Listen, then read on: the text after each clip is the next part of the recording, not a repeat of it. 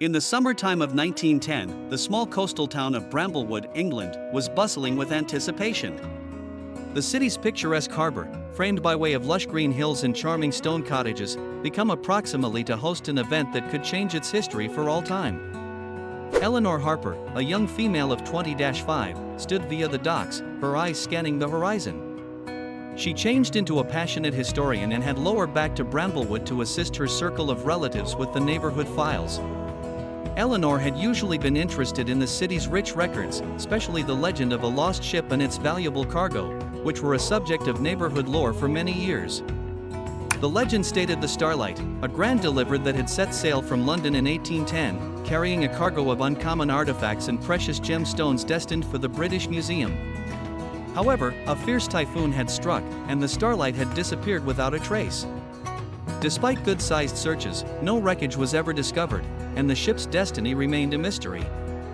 As Eleanor walked along the docks, she overheard a collection of fishermen discussing an unusual find. A chest, they are saying, one in every of them changed into pronouncing. Found it buried inside the sand near the antique pier. Eleanor's curiosity turned into piqued. She approached the fishermen and discovered that they'd certainly discovered an vintage chest, encrusted with barnacles and partially buried in the sand. They had added it to the city's small museum, in which it was being examined. At the museum, Eleanor met with Mr. Thomas, the curator, a kind however elderly man who had committed his life to preserving Bramblewood's history. "We're not certain what's in her," Mr. Thomas said, his voice tinged with pleasure. "The chest is vintage, but it's locked tight. We've been not able to open it." Eleanor's coronary heart raced as she examined the chest. The complex carvings on its floor, even though worn, resembled designs she had seen in antique maritime records. It became a promising lead. She determined to work with Mr. Thomas and the neighborhood historian, Dr. Henry Collins, to find the chest's secrets.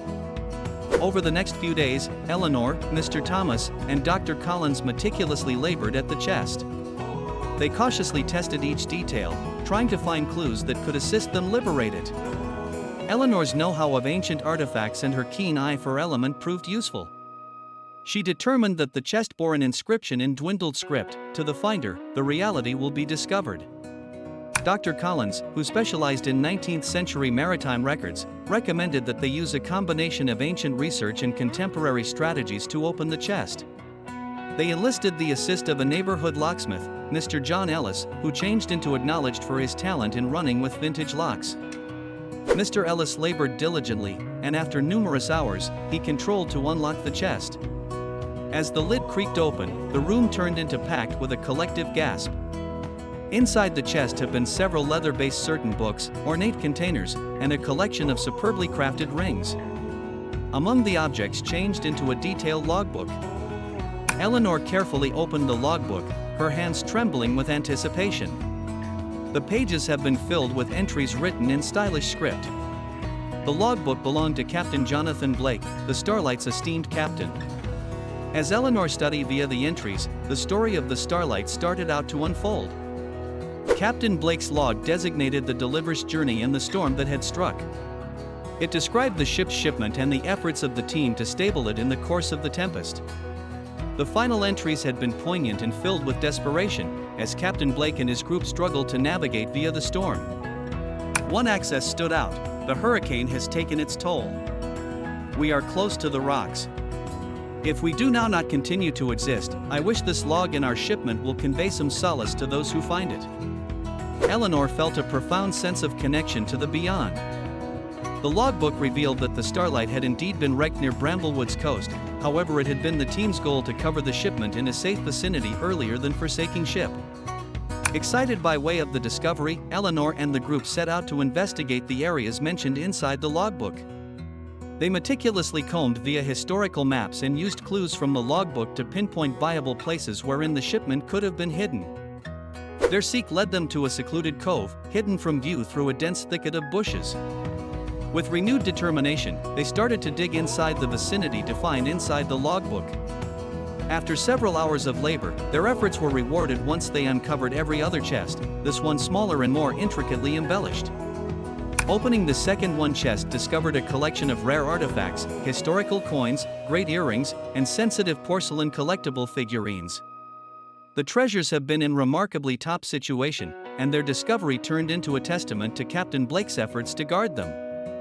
The information of the discovery unfolded speedy, and Bramblewood became abuzz with exhilaration. The metropolis held a grand celebration to honor the discoverer and the historic importance it added to their network.